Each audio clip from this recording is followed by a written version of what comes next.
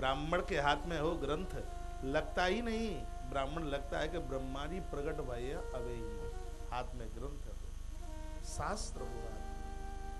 हर आदमी को उसके हाथ में है वो चीज। त्रिशूल तो महादेव के ही हाथ में अच्छा लगता है, सुदर्शन चक्र भले ही कोई देवता पकड़ ले हाथ में, लेकिन चक्र तो नारायण के ही हाथ में बढ़िया लगता है। जिसकी जो अपनी चीज है उसको तो नांदिया कहीं किसी देवता के बगल खड़ा कर देना, लेकिन नंदी तो महादेव के ही पास अच्छा लगेगा, गरुण नारायण के ही पास अच्छा लगेगा।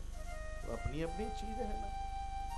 तो कहा तेरे हाथ में शास्त्र होने चाहिए थे और तू शस्त्र उठा करके चला, धिक्कार तेरे लिए है। अंदर डेरों में इसने प्रवेश किया और हाथ में कृपाण तलवार इसने संभाली है और बड़ी जोर से इसने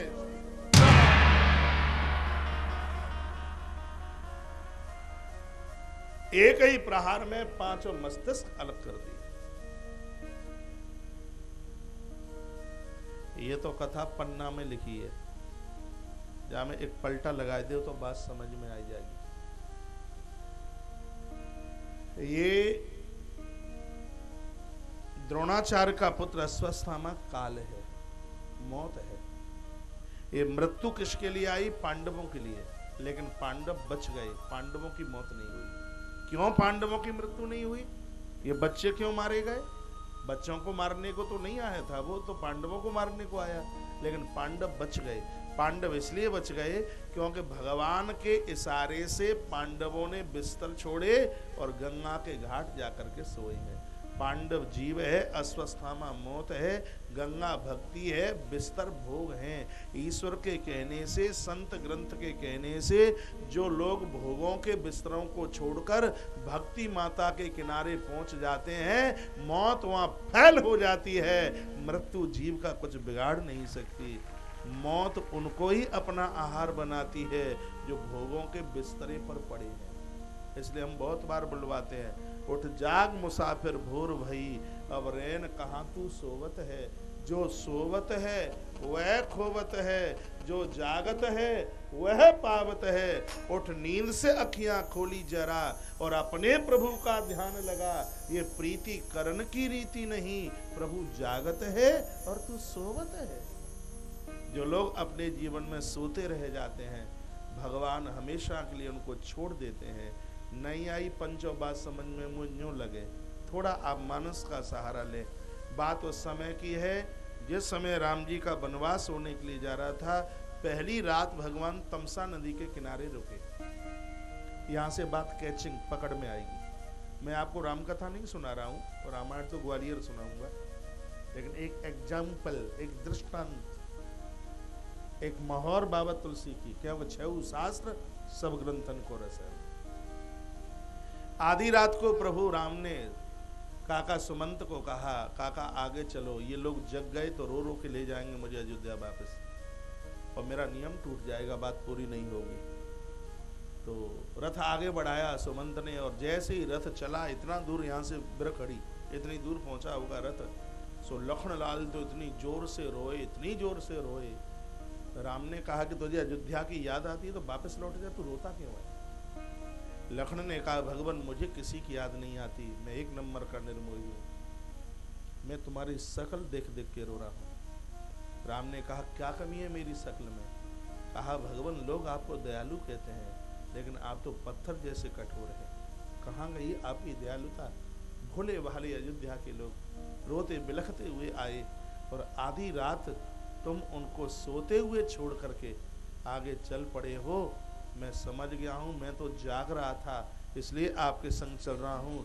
यदि मैं भी सो रहा होता तो शायद आप मुझे भी छोड़ के जाते। मैं आज प्रतिज्ञा करता हूँ, जब तक 14 साल पूरे नहीं हो जाएंगे तब तक मैं सोऊंगा ही नहीं, क्योंकि मैं समझ गया हूँ जो सोते रह जाते हैं उनको छोड़कर आप आगे बढ़ जाते हैं, इसलिए मैं सोऊंगा ही नहीं।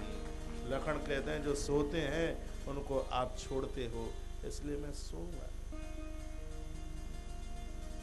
सोने का मतलब ये नहीं है कि आप नींद ही नहीं है, नहीं तो बीमार हो जाएंगे, नींद पूरी नहीं होगी तो। जागने की बात है।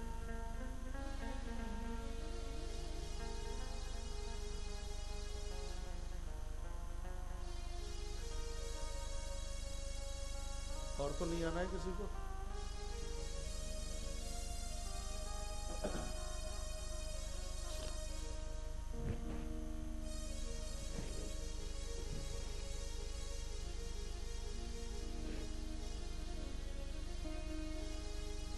ये कथा सुन करके जाग जाइए।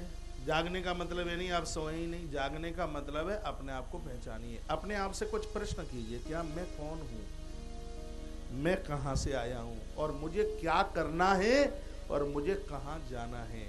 जिनको इन 4 प्रश्नों का समाधान है पता, वो जाग रहे हैं, और जिनको ये नहीं पता वो सब के सब मोह निशा में सोवन हारा, सब मोह की निशा, अज्ञान की रात में सब सोते पड़े। मैं कहां से आया हूं, कहां जाना है, मैं कौन हूं और मुझे क्या करना है। भागवत में इसी बात का समाधान, ये आगे तक आप सुनेंगे।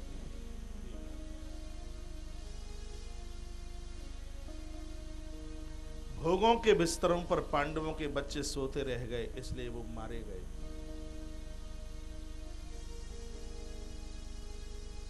पांच मस्तिष्क लेता हुआ यह अश्वत्थामा अपने मित्र दुर्योधन के पास पहुंचा। कहा भैया मेरी प्रतिज्ञा पूरी हो गई, ये संभालो पांचों भाइयों के माथे। दुर्योधन ने कहा कि कहाँ है उस भीम का खोपड़ा जिसने मेरे भाई दुशासन की छाती चीर करके लहू पिया। मैं अपने हाथों से उसके मस्तिष्क को मसलूंगा। जो भीम के पुत्र का भारी सा मस्तिष्क था, जैसे ताके माता पिता तैसे ताके लड़का, जैसे जाके नदी नलावे तैसे ताके भरिका, और जैसे ताके माता पिता वैसे बाकी लड़का। जैसा भीम था तो भीम का बेटा भी महाराज बड़ी खोपड़ी लगी, पांव बड़े गवार के, मूर बड़ो सरदार को। भैया ये बड़ा मस्तिष्क भीम के पुत्र का है, बड़ा मस्तिष्क है। तो उसको लगा के शायद ये भीम ही होगा। जैसे ही मस्तिष्क को हाथ में निकाल करके दिया तो उसमें से रुद्र की धार टपकने लगी। दुर्योधन समझ गया ये तो पांडवों की को नहीं मारा, ये तो उनके पुत्रों की हत्या हो गई। बहुत रोया दुर्योधन। दुर्योधन ने कहा अश्वत्थामा यदि तू गुरुपुत्र न होता तो तेरे टुकड़े टुकड़े में कर देता। मेरा बैर इन बच्चों से नहीं था, तूने तो आज हमारे वंश की जड़ें उखाड़ करके रख दी। इतनी पीड़ा, इतना दुख हुआ दुर्योधन को, और उसी समय दुर्योधन ने अपने प्राण छोड़ दिए। तो पांचों पुत्र द्रौपदी के थे। द्रौपदी को भी तो सजा थोड़ी मिलनी चाहिए थी ना। द्रौपदी से अपराध हुआ था, भगवान के यहाँ देर अंधेर नहीं है। राशि यज्ञ में क्या अपराध हुआ था? दुर्योधन को देख करके बोली है हमें नहीं पता था कि अंधों के यहाँ अंधों का ही जन्म होता है। इस आवाज ने देखिए वो बीजारोपण महाभारत का। और भगवान कहते हैं कि शालीनता होनी चाहिए जीविया पर। देखो ये 5 आहुति डल गई है, ये द्रौपदी के गए पांचों कुमार। दुर्योधन के लिए भगवान ने लीला इसलिए कराई, दुर्वासा महात्मा का वरदान था दुर्योधन को।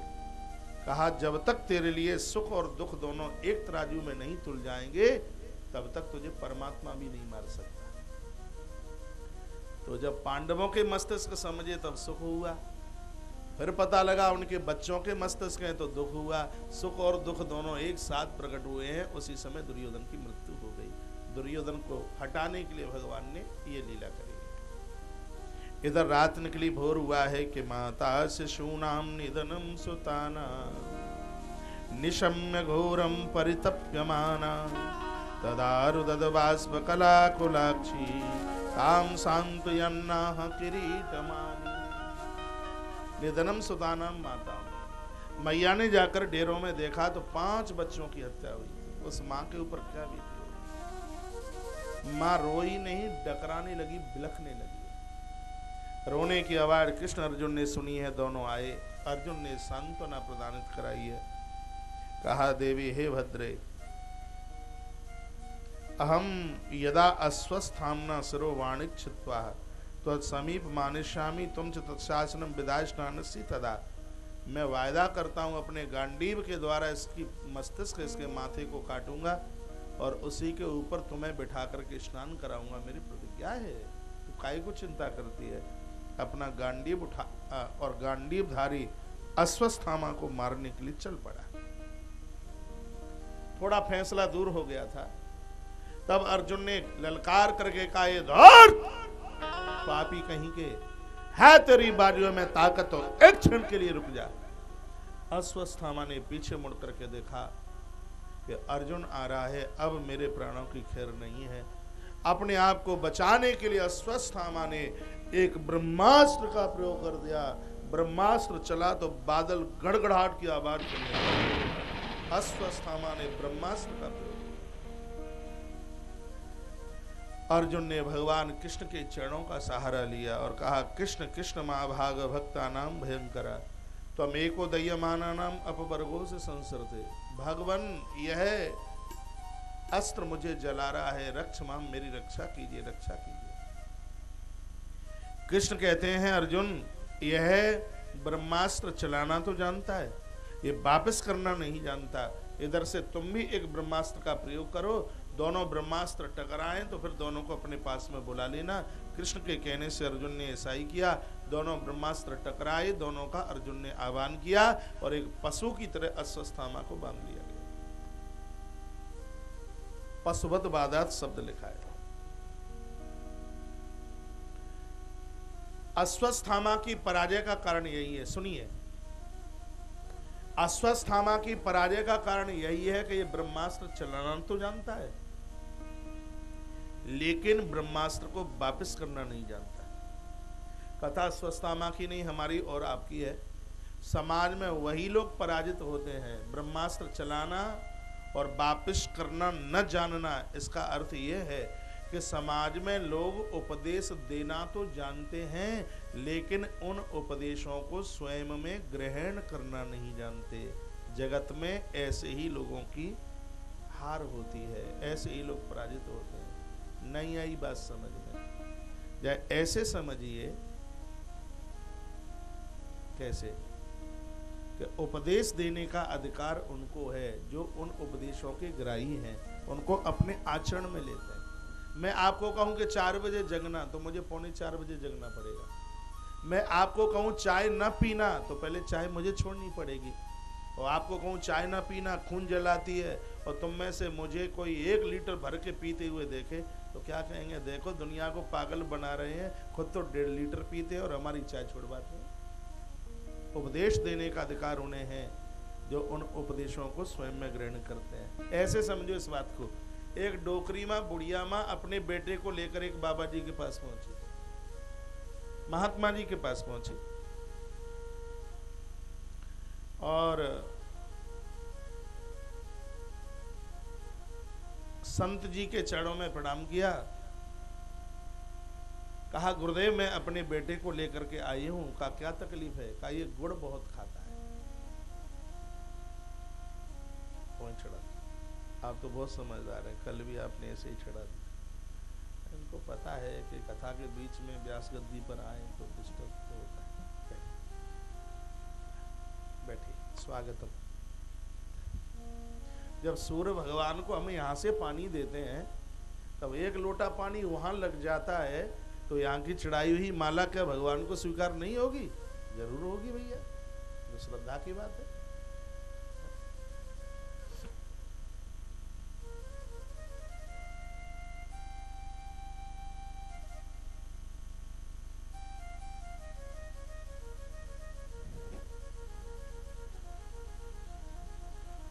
सुनो,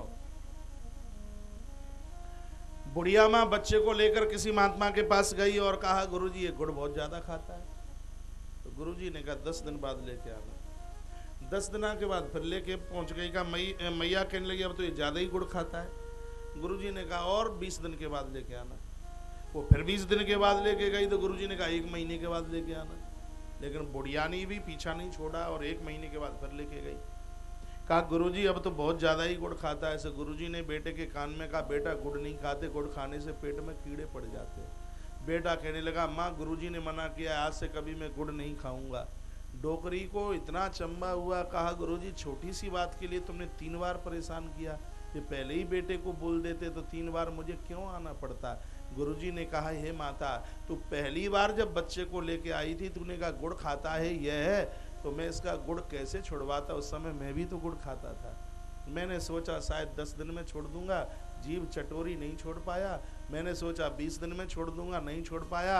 माँ, आज 1 महीने के बाद मैंने गुड़ खाना बंद कर दिया है। मैंने गुड़ खाना बंद कर दिया है तो बच्चे को मैं बोल सकता हूँ, बेटा गुड़ नहीं खाना चाहिए। ये बात गुड़ की नहीं है, बात मेरे और आपके संस्कारों की है। महाराज, हम लोगों को कोई संदेश दें, उपदेश दें, तो पहले यह देखें वो कमी हमारे अंदर तो नहीं है। पापा जी पौआ लगाते हों तो बेटे की सिगरेट नहीं छुड़ा पाएंगे। बेटे की सिगरेट छुड़वानी हो तो पहले पिताजी को लाल परी की बोतल का ढक्कन छोड़ना पड़ेगा, और पापा जी का ढक्कन भी चलता रहे और लला की सिगरेट छूट जाए, जरूरी संभव नहीं है। लला तो नाक कान में से ही धुआं निकालेगा यदि पापा का बोतला लगेगा। तो छोटों को सुधारना चाहते हैं तो बड़े लोगों को सुधरा हुआ होना चाहिए। कोई सासू माँ रजाई में कंबल में पड़ी पड़ी कहे, अरे बहू रानी देख 6:30 बज गए, सूर्य देवता बाहर आए गए, अब तू ठाड़ी है जा। बहू कभी खड़ी होने वाली नहीं है। सोचे कि डोकरी कंबल में पड़ी है, मेरे ऊपर आदेश करती है। यदि बहुओं को जगाना है तो फॉर्मूला मैं बता देता हूँ, बिस्तर छोड़ करके हाथ में बस झाड़ू पकड़ लो।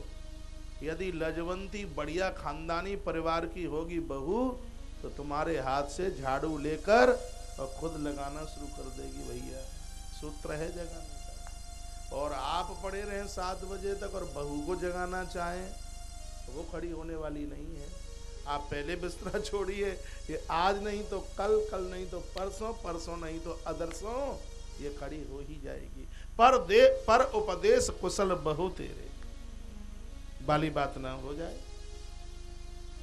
तो ये ब्रह्मास्त्र चलाना तो जानता है, उस ब्रह्मास्त्र को स्वयं में वापस करना नहीं जानता।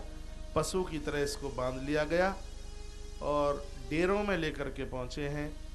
माता द्रौपदी ने देखा अश्वत्थामा को बंधे हुए। लिखा है, माँ रोदी दस जननी गौतमी पति देवता यथाह मृतवत्सारतः रोदिम्य श्रुमुखु। रो रो करके कहने लगी, अरे ये तुम क्या कर रहे हो। इसकी माता अबला है, अश्वत्थामा की माँ, जिनके पति द्रोणाचार्य भी दुनिया छोड़ के चले गए हैं। तुम्हें पता नहीं कि गुरु के बाद में ज्येष्ठ उसका पुत्र गुरु ही होता है।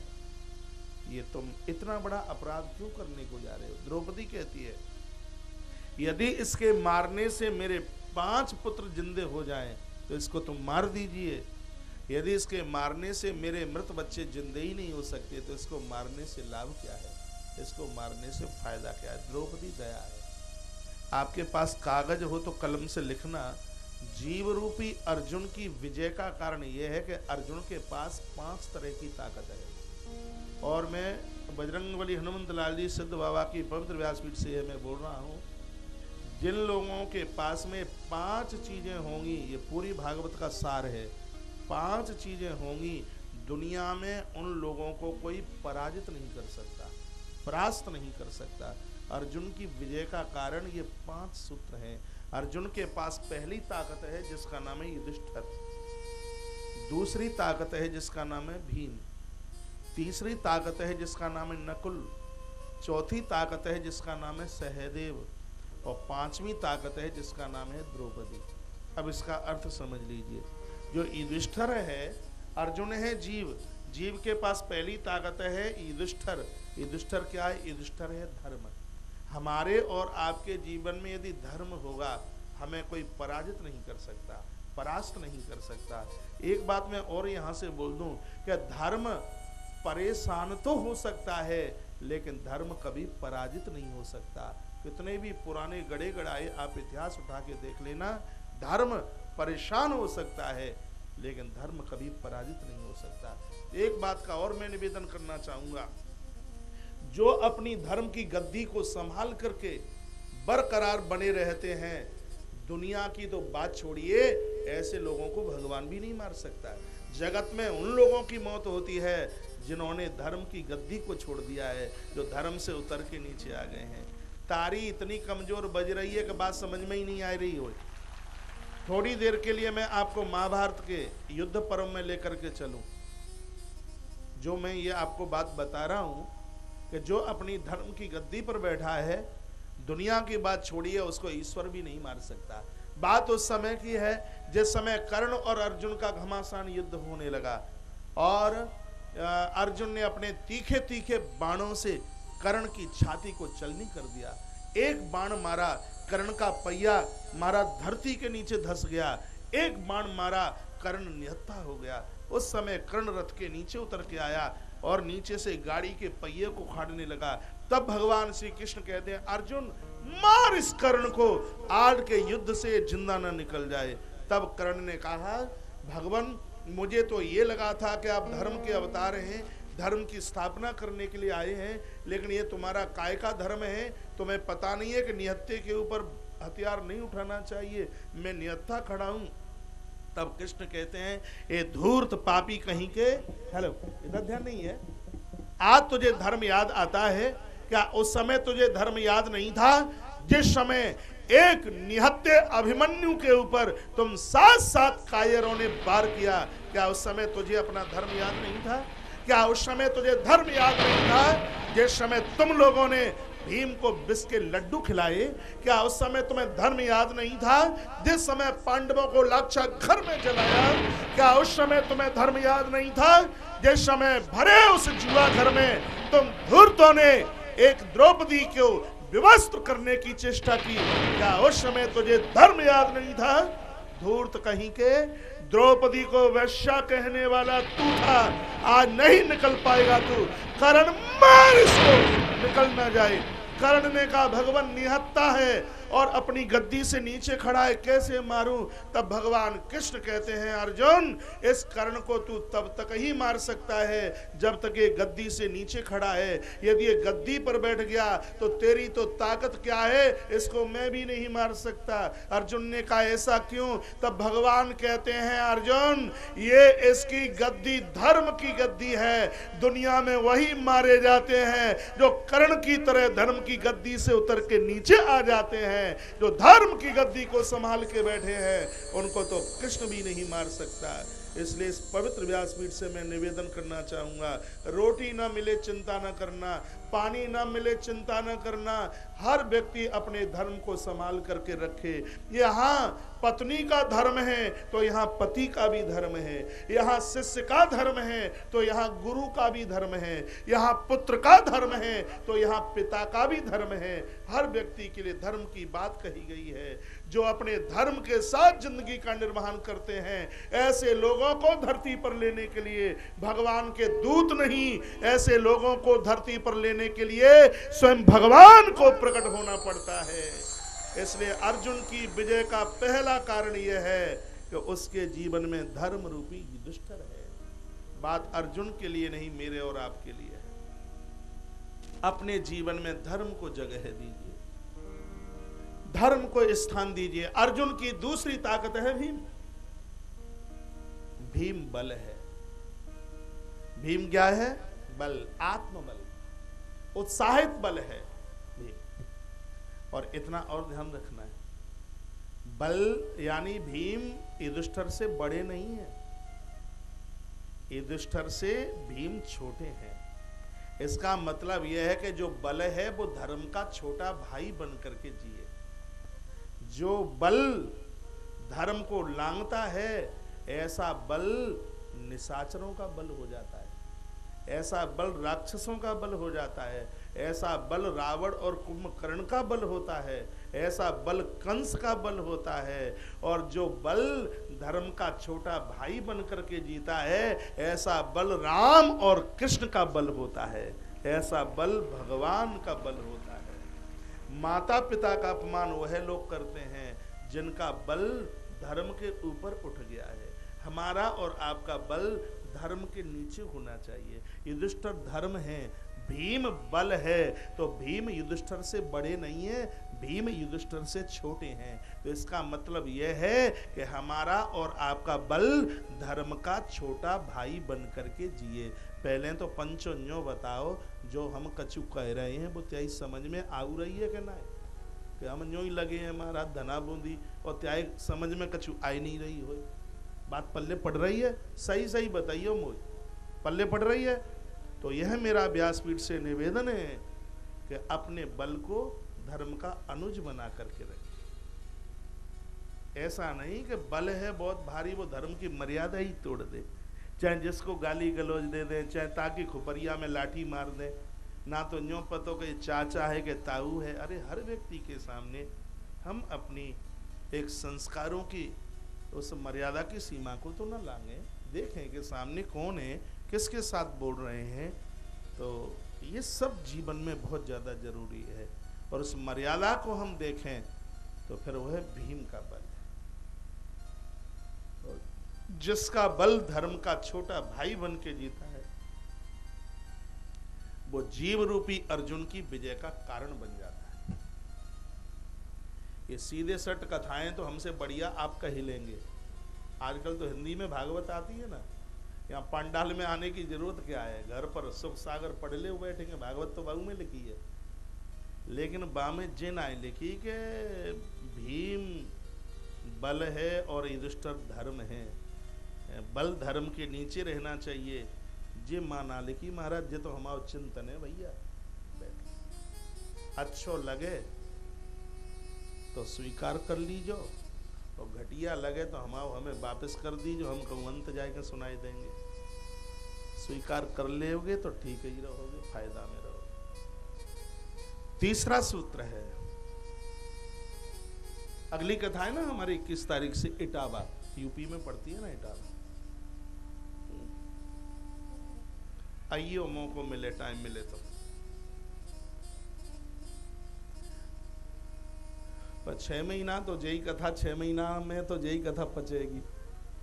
अभी तो शुरुआत है, अभी तो देखो डंका बजेगा कल परसों से। आनंद आ रहा है, बहुत आनंद आ रहा है। आज न हमें और माफ करियो, पूरा टाइम नहीं दे पा रहे हैं। कल से तो महाराज, तुम कभी गए हो यूपी की पंगतों में? आप भोजन में कभी गए हो? दही के ऊपर बूरो न्यों चले,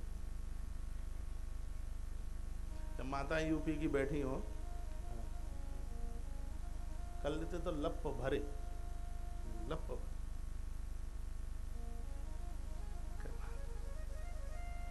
आपके मध्य में बहुत आनंद आ रहा है।